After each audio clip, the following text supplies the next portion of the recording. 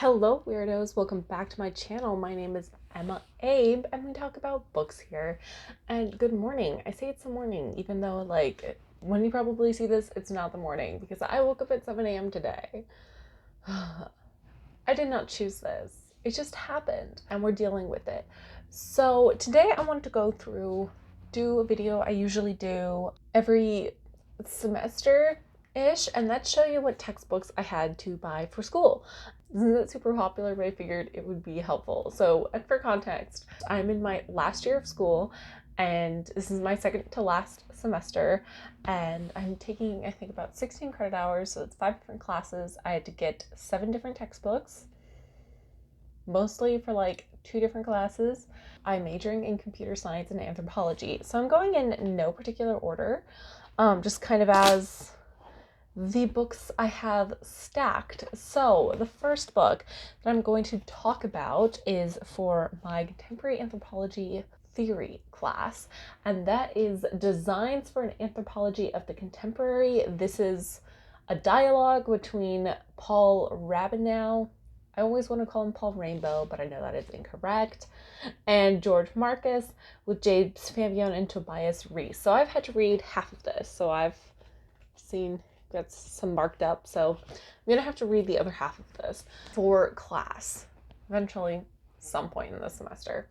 So in that retrospect, this wasn't a waste of money because I did have to buy it. And it's one of those classes where we have to do a bunch of readings every semester or every week, and typically with those classes you can get away with not reading about 70 to 90% of it. However, with the way that this class is structured, we have to do reflections, visual reflections for every single class. So you have to do the reading or you can't do the visual reflections, and the visual reflections are 40% of your grade. So yeah. How are my feelings about this book so far? Honestly, a lot of the times I feel like it is a conversation between 2 grumpy old men who are talking about anthropology in these really, really strict senses that I don't quite enjoy that much. But anyway, that's this one. It's done in dialogue format, so yeah. That is Designs for an Anthropology of the Contemporary. Okay, moving on. The next book is also for my contemporary anthropology class.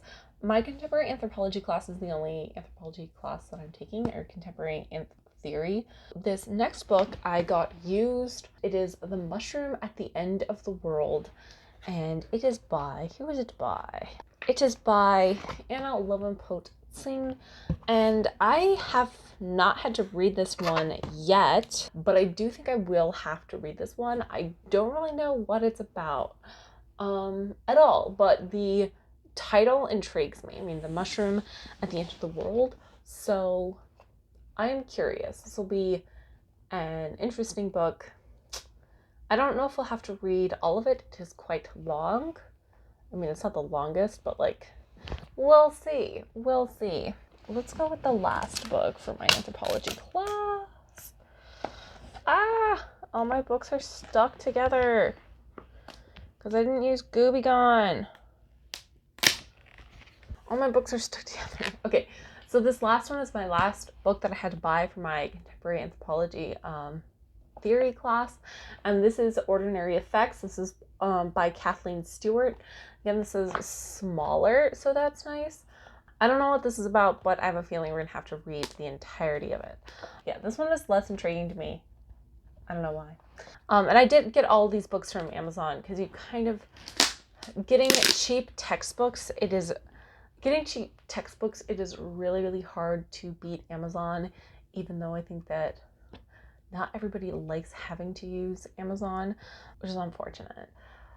But what can you do? I don't want to pay up the nose for all of these books. All right, so moving on to my next class is my automata class, Automata. I don't know how to pronounce that class's name. Oh my god. But this is the hardest class I'm going to have to take as a computer scientist. It's very intimidating.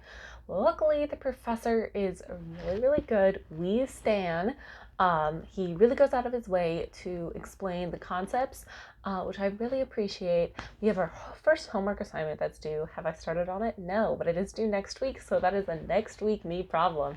I have some projects that I gotta get done before then, but I kind of gotta focus my energy on. So I did have to buy a textbook for this class. We don't necessarily have to do readings out of it. However, with the difficulty level of this class, it's nice to have the practice problems. Have I looked and done any of the practice problems? No. But it's nice that it's an option, and it's nice to have, yeah. Anyway, I'll just show you the books. So this is the book. It is Formal Languages and Automata. This is by Peter Lintz. This is the 6th edition. We didn't have to get any particular editions because the professor is not assigning homework from this class. It is just a way to help us get support in like the knowledge of automata, because oh my gosh, this stuff. So far, everything has been like understandable and like within my own personal grasp, things that I can understand. It's a lot of graph theory so far, in terms of like, which I like graphs, so that's nice.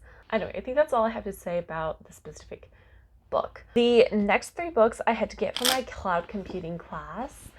And I'm very salty about my cloud computing class. I don't think the professor is being very, very helpful, and I think the professor is being very, very lazy. For example, the lectures that he posts, it's an online class, so already not great.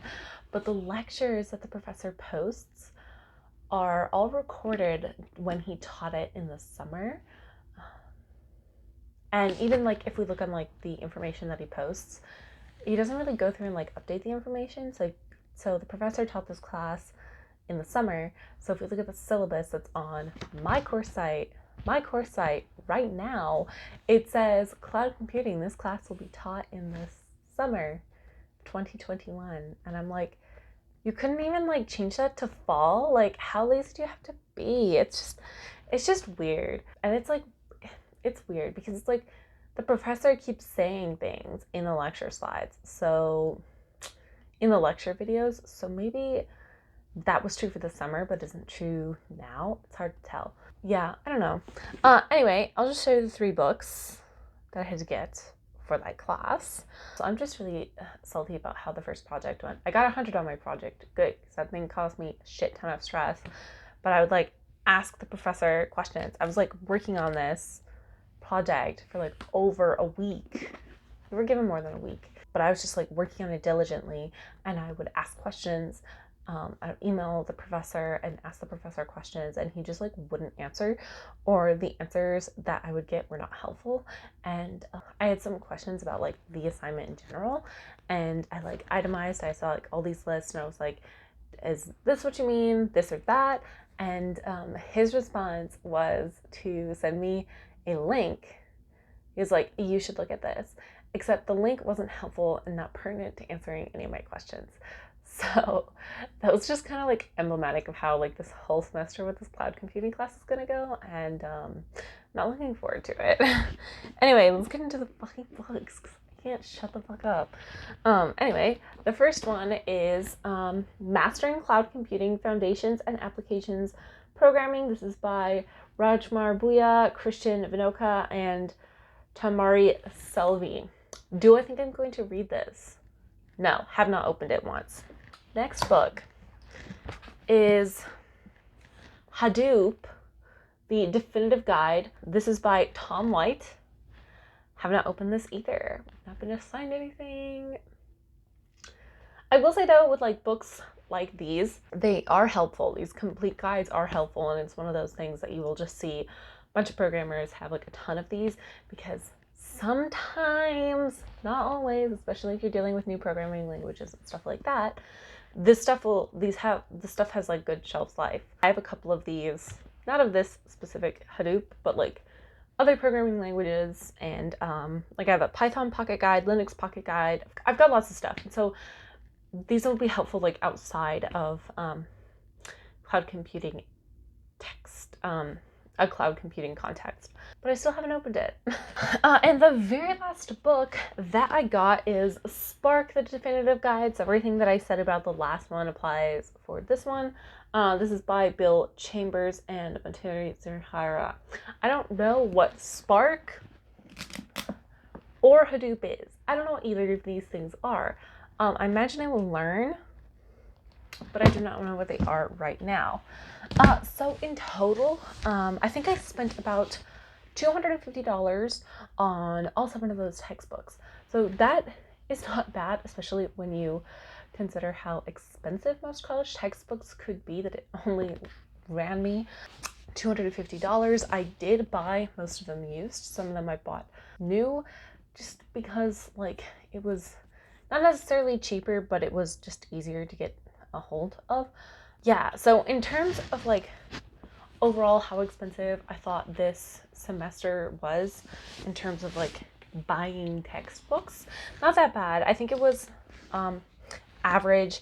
I was pleasantly surprised that most of my textbooks were around $50, which is great. I really appreciate it. I feel like more and more now professors are cognizant of the fact that textbooks are just really, really expensive. And I think more and more of them, it's becoming more and more popular for professors to keep that in mind when deciding which books they want the students to purchase, and make sure that there are affordable options, especially if you're going to have to do things like in my anthropology class, which is you have to buy them in order to do the reading, and if you don't do the reading, then you don't get points. Sometimes I feel like in cloud computing or in computer science that isn't the case as much. I feel like that still is the case, but I think most of the time with computer science classes, you can get away with not purchasing the textbooks. I usually do purchase the textbooks, but I need to acknowledge my privilege. I have a scholarship that pays for my textbooks, so they give me money to purchase 4 textbooks.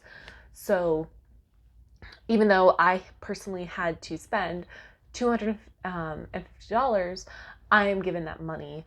So it does come out of my pocket, but not exactly. I am compensated for it. So I am very, very lucky, and I am so glad that they just put the money directly into my bank account, because they didn't used to do that. They used to give me gift cards to the bookstore, and I have a feeling that some of these anthropology texts would not be able to be found at the bookstore. So that is it for this video. I hope you guys liked it. It was a shorter one.